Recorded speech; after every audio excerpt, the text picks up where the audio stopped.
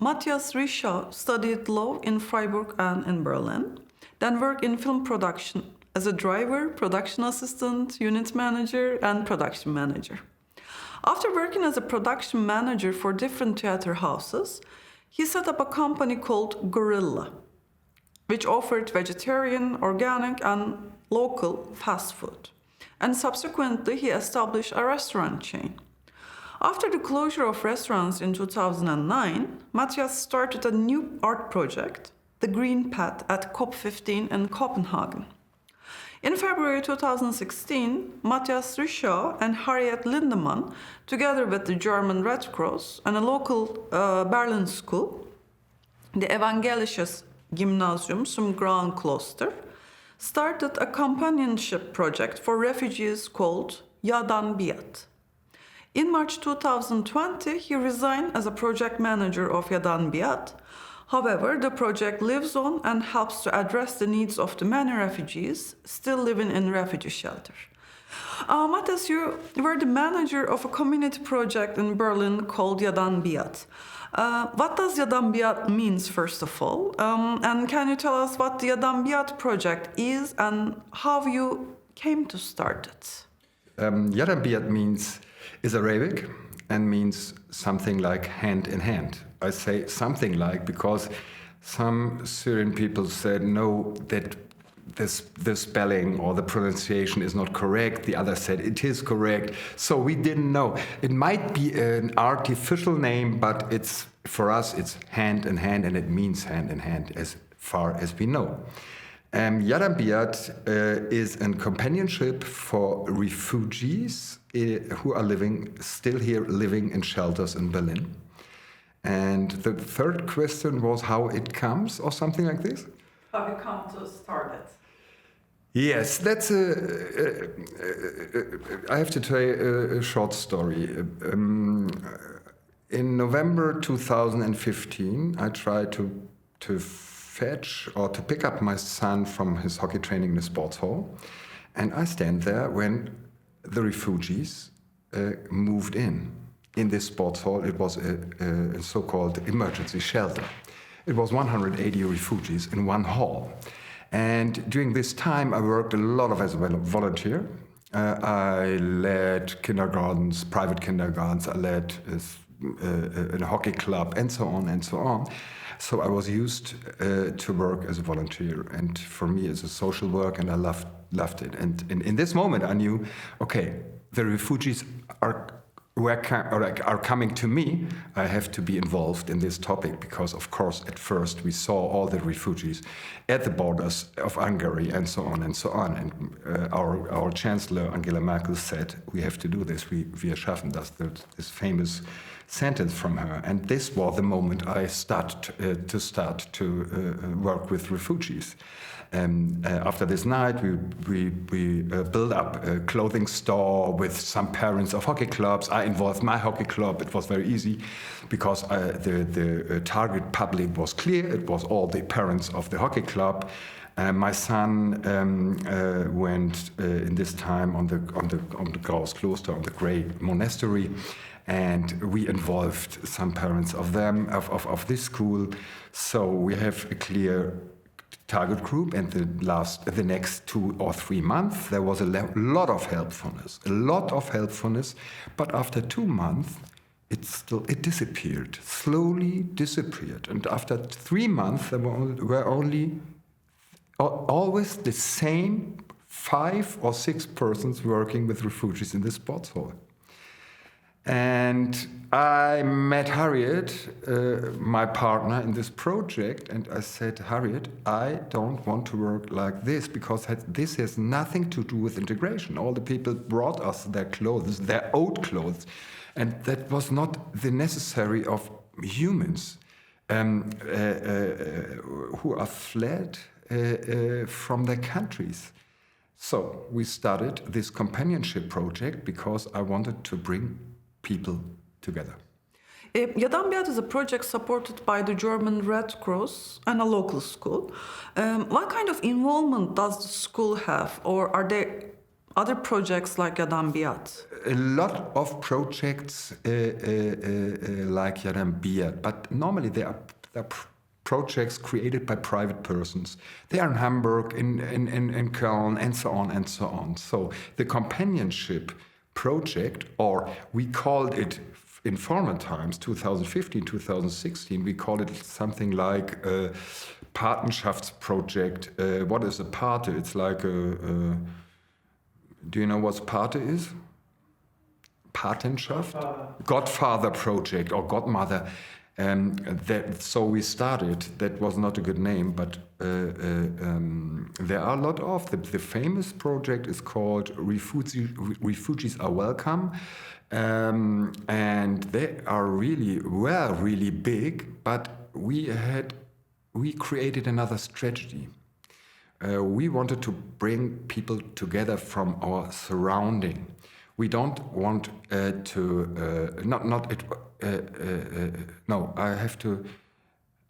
it's not refugees are welcome. Friends, I forgot the name, but that was a really famous project. I have to have a look later on so that we can perhaps name it later.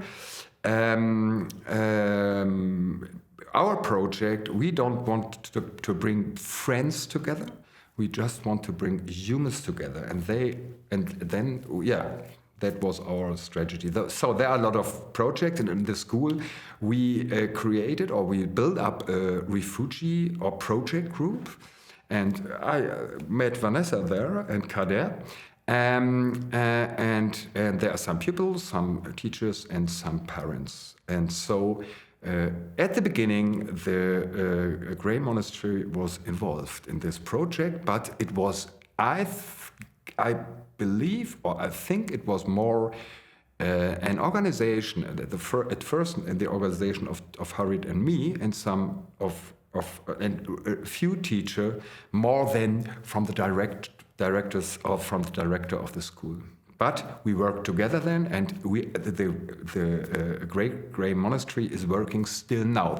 Some people are helping kids from this shelter in the near with their Hausaufgaben. What's Hausaufgaben?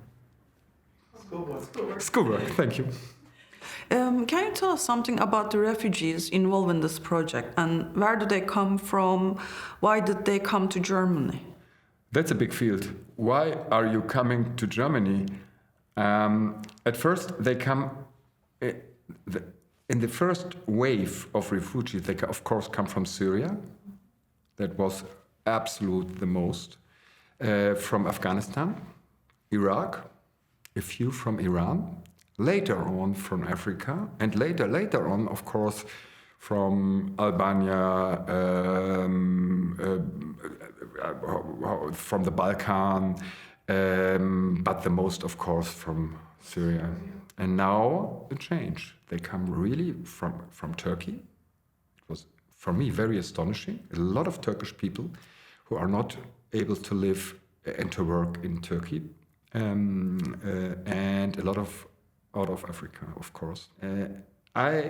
I think there are a lot of reasons. It's hunger, it's war, it's a lack of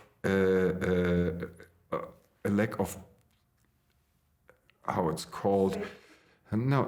If you don't have a lack of perspectives, it's of course a search for a better life. Even this, and Germany, I think has. In these countries, we are a country with a lot of helpfulness. We are a country with a good education system, and a country which is rich. It has something like it's a paradise for them. I think we have the brand of a paradise country, but perhaps it's the EU, and the most of them wanted to go to Germany because in Greek and in Italy. Where they came in these countries, of course, there are thousands and thousands, and at first the humans living, or the Italians and the Greek people, they were a little bit angry about all the thousands of thousands going through their countries. So that might be a reason for that. Can you describe the living conditions in refugee shelters? Shelters are shelters. There are no tents here in Germany. We have no tents. I don't know any tent shelter like in Moria, like in Libya, like everywhere in the world. We have containers. That is the shelter we are working in at first. We have, of course, I don't speak now about the emergency shelters like sports halls in the very first beginning, because we have to organize place and shelter for 1.2 million refugees. That's a lot, so we need everything.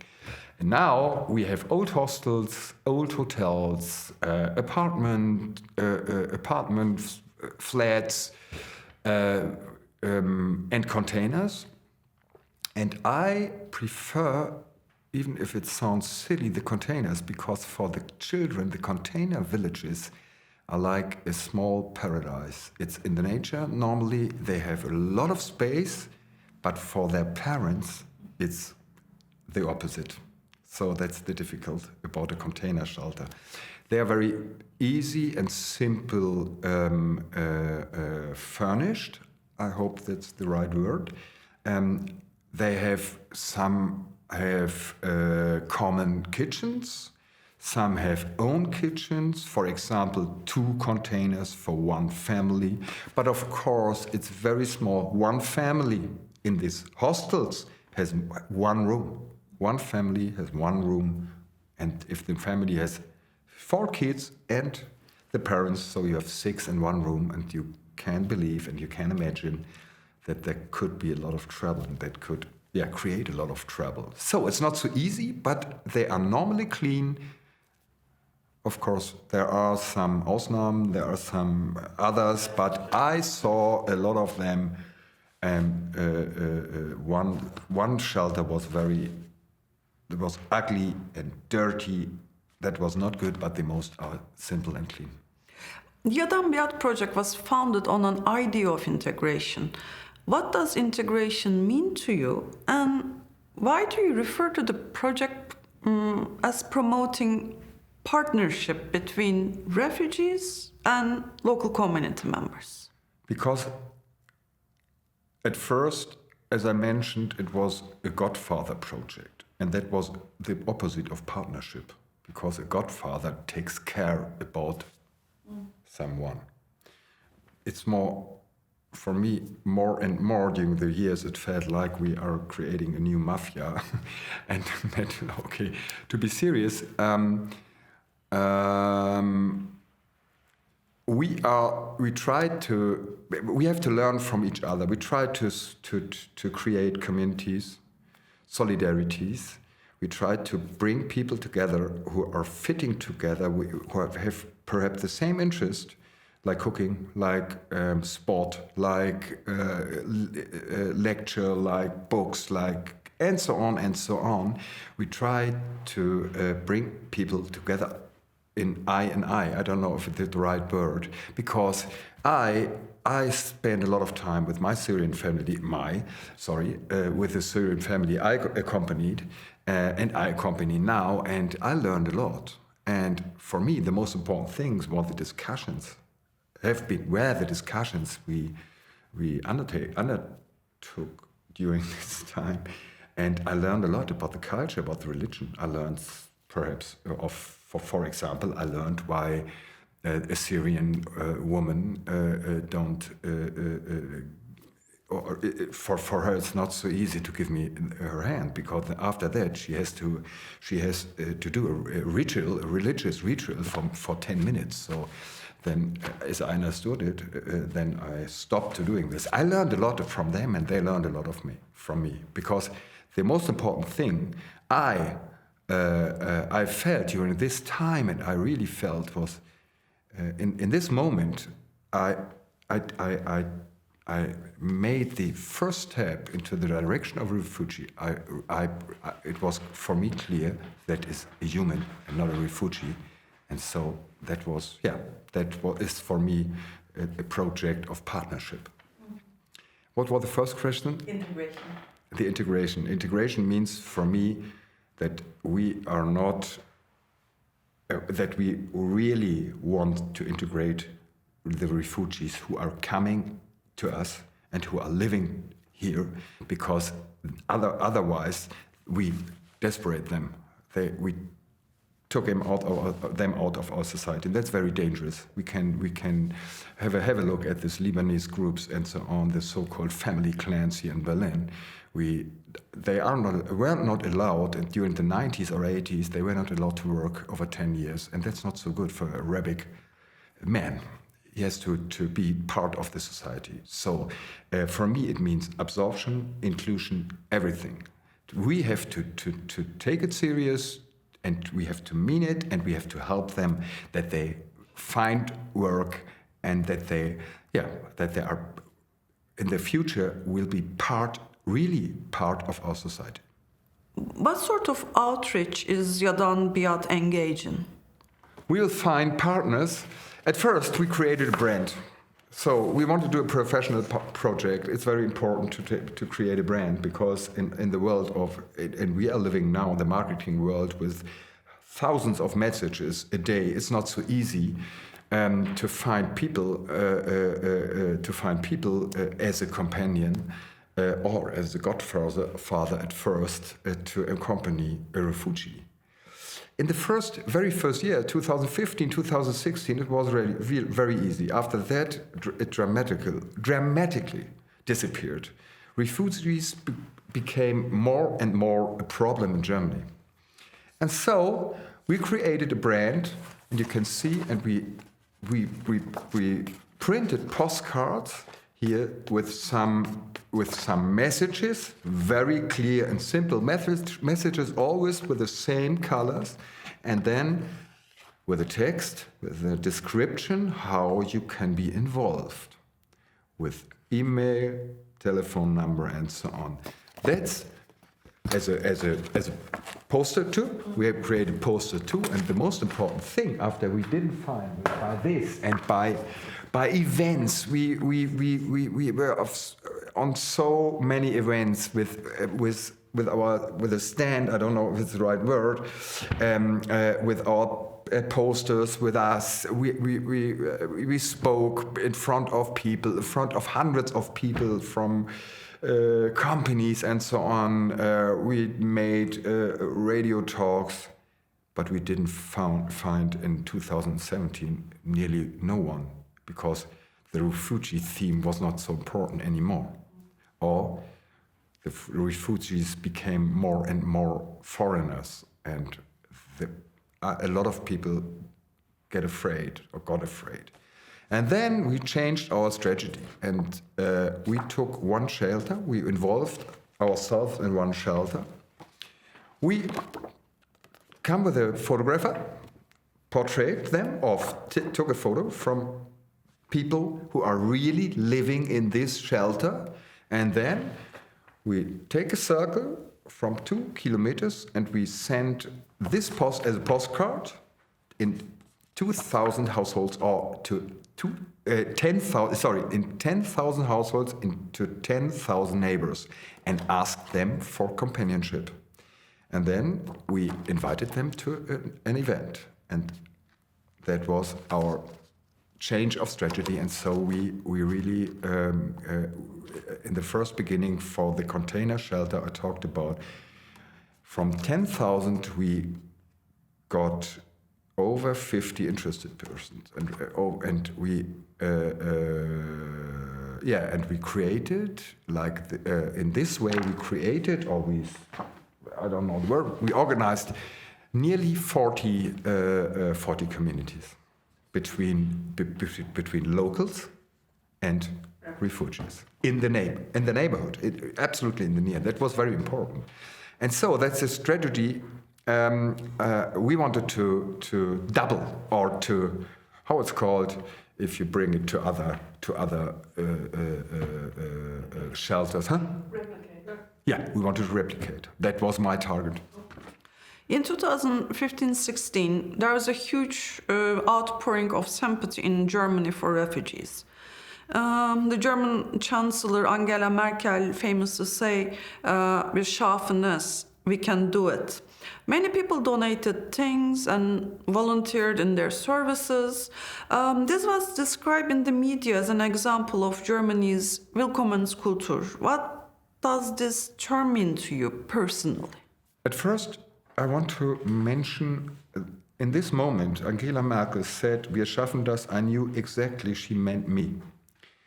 Because that was, the first time, after 10 years, after a long time for me, a politician shows me a vision.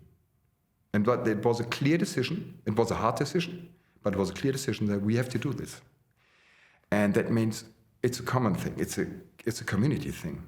It's me, it's you, we have all work for this. But she, as a leader of our country, that was her decision. Willkommenskultur, that's a so hard word. Willkommenskultur, I feel, as a tourist in Greek, in Italy, with my money, I have a wonderful Willkommenskultur. For me, it was really touching. 2015, all the people who were welcomed in Munich at the railway station. It was so touchy to see the people. I think the Willkommenskultur was a reality. There were thousands of people, as you mentioned, with full of helpfulness, but it was not sustainable. For me, Willkommenskultur is necessary in our world, and it's a Verpflichtung, obligation. It's an obligation. Let me say one example.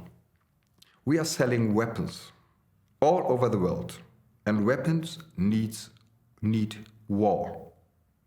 And war kills people. And I think, and that's my opinion and my conviction, all countries who are selling weapons have to take care about the humans who don't want to be killed and flee from their country. So for me, it's an obligation, Willkommenskultur. For me, but to understand me correctly, that has happened in Germany.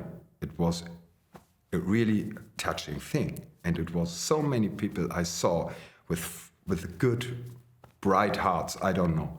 So it was a good time, but it was not sustainable. In 2020, there is another refugee crisis brewing in Moria. It's an overcrowded refugee camp on Lesbos, recently burned to the ground, and leaving thousands of people without shelter and other basic needs. Germany has agreed to accept very few refugees from Greece. Why have attitudes changed in Germany, do you think? That is for me one of the difficult answers, and I thought a lot about this answer. At first, it's not so correct that it's only a few. I think Germany would have no problem. Even the CDU, the SPD, I don't know, the AfD, not to take 5,000. But now we have a political system, the EU. They don't settle any agreement. And even in 2015, 2016, Germany took gave 1.2 million refugees or humans a new shelter or a new habitat, and other countries, no one. And we are one union. So it is a political dimension. I guess, as you know, 150 cities and Gemeinden and they are willing to take a lot of more refugees. But now we have a big political decision in front of us. And if we are welcoming every refugees, even the 12 or 15,000 would be no problem for Germany. In organization, we have all the shelters, we have the room, and we have now the possibility to take them. Now, we have to, in order to think of our future, the climate change will create hundreds of millions of refugees, I guess. And now we need rules, and we just forget to set up the rules. Laws in Europe. What are we doing on our borders? What are we doing? We are murdering them. You know the stories about the Greek police or the water police? Yeah, they are disturbing the motors and they take them out. That's for me. They are murderers, and we are looking at them. We say okay, no. We have to solve a huge problem for the future, in the future. What are we doing with 100 million humans who needs really a new habitat? And that's one of the most, for me, it's the challenge of the world to fight climate change, but more than this, to get an agreement worldwide. What are we doing with humans who are losing their habitat? Your personal response has been to try to support refugees at the local level. Do you think this kind of local response is an effective one? Imagine if only 20 refugees in one shelter in Berlin, in all shelters in Berlin, in Germany, in Europe, worldwide, in every shelter worldwide, 20 refugees can meet 20 locals to spend time together, to give help, to discuss, to eat together, to learn something from each other, then the world will be another place, a better place. How do you see the future of refugees in Germany? What can Germany do to develop better responses to the overwhelming numbers of people who have to leave their homes because of war, repression, poverty, or environmental degradation? The future is, I think Germany never will stop to welcome humans on their escape. I think Germany will, as I know my neighbors and all the people living here, the most people say, yeah, we have to take care. But of course, we have to create new law. As I talked about it, we have to create new laws and really rules. That's very important to be sustainable as a country who is one of the winner of the climate change. That's the funny thing. We call them climate change, but we are one of the winner. We have not so much progress with water now, but that will be another big problem. If we don't take care about the refugees now here in Berlin, imagine here in Berlin are living 20,000, more than 20,000 people in shelter. And now.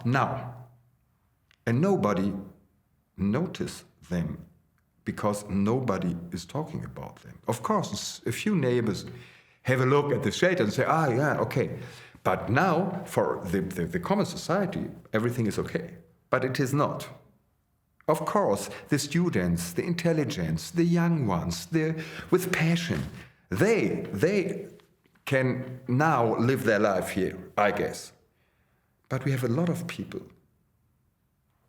They have fear, they are ill, they have families, they are perhaps not so educated, and we have to take care of them. I am a little bit afraid that we forget them. We don't have to forget them. But Germany is an open-minded country and one country in the world that you can always set up such a project. You can always talk about this topic. There are journalists and so on and so on. So I'm a little bit optimistic for the refugees in Germany, and we will we have to become the leader of in the Europe. And I hope that Angela Merkel will, during this leadership now in Europe, she will perhaps settle something like an agreement or bring the refugee stuff or the refugee topic and a better future for Europe. It's very important that we get an agreement. Can you say something about the rise of right-wing populism in Germany and the impact of this on perception of refugees? For me, it's very... I understand it. In our times, we are living in very unsafe times. Climate change, refugees, wars, Corona, the pandemic. So the common former thinking and thought and or feelings from people say our life will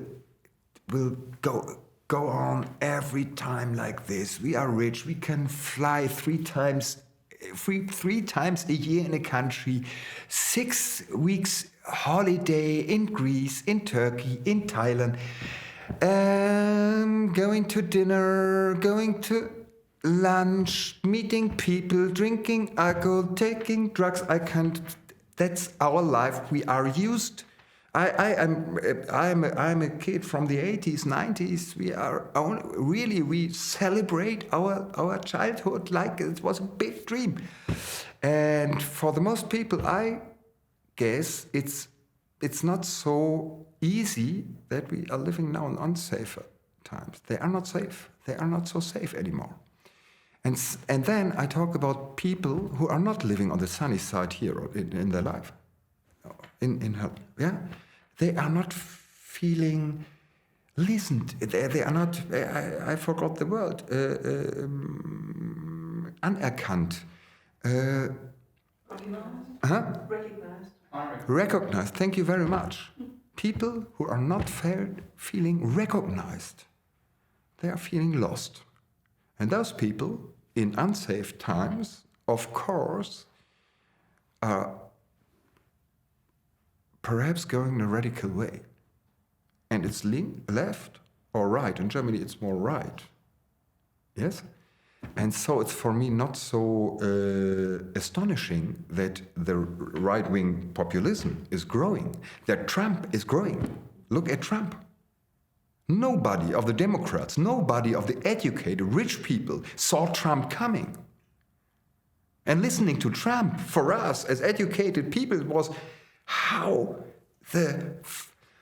can such a man, if by saying like something like this about women, about this, about how can he be voted? Yes, he is the president of the United States because we forget people who are not on the sunny side of life, and we have to. That's a lesson for us. So it's for me not so astonishing in these times. And refugees are like a painting, or something like an example for unsafe times. They are coming, and they are foreigners, and they are Arabs, and the women are, oh God. Okay, so it's for me not astonishing, but now the most the last Bundestagswahl was the AfD, 15%, I guess, and I posted on Facebook, and that's my opinion. We are 85% more. And it's like the Corona demos, there are 30 or 40,000. We are millions. So I have a good feeling that we will manage it. Okay. Can you tell us something about how you personally have been changed through your involvement with Yadan biat? I'm not changed. No. I stay optimistic. I stay critical. I am full of hope, but with a clear focus. We have to change the world. We have to change our society. We have to change the climate in our society. We have to change too. For me, it's Vollbremsung. It's full stop, 180 degrees, and in a better way. in a better direction. So we have to solve our problems, and we have to see worldwide that we are too much people, too much humans on this planet, how we use this planet. So we need to solve our huge problems, but I stay optimistic and I fight for. How can people help if they would like to be involved? If you say refugees welcome, go to a shelter and do it. If you are afraid of refugees, go to a shelter and take care of one family, of one refugee, and make him a better person. Or help him on or her on his way to become a better person. Discussion, talking, communication is the most important thing. Okay. Thank you so much, Matthias, for coming here today and being with us and answering all these questions.